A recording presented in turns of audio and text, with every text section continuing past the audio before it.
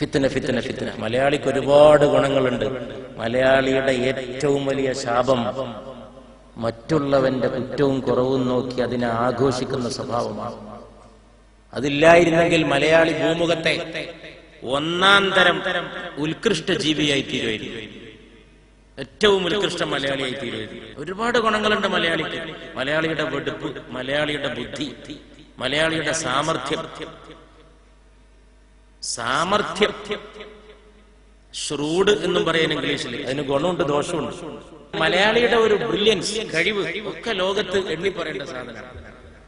പക്ഷെ മലയാളി അത്ഭുതമാണ്. എപ്പോഴാണ് പാര വെക്കുക എന്ന് പറയാൻ പറ്റില്ല.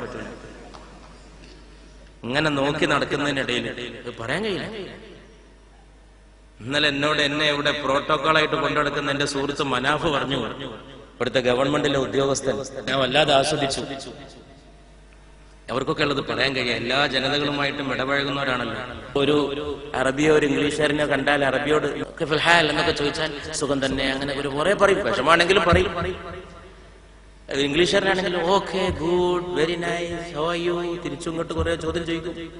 മലയാളിയാണെങ്കിൽ എന്ത് സുഖം,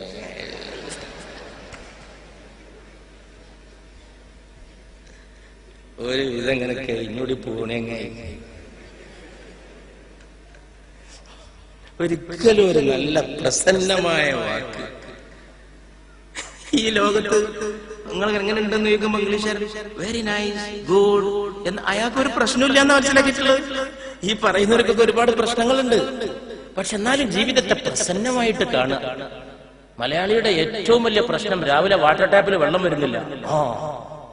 രാവിലെ വാട്ടർ ടാപ്പിൽ വെള്ളം വരുന്നില്ല. അത് പ്രശ്നാക്കി അവിടെ വിളിച്ചു പറഞ്ഞ് ഇവിടെ വിളിച്ച് 10 ആളെ സംഘടിപ്പിച്ച് സമരം ചെയ്ത് ഒച്ചപ്പാടാക്കി ബഹളാക്കി. ഇതിന്റെ 10 സമയം മതിയാവുന്ന നന്നാക്കാൻ.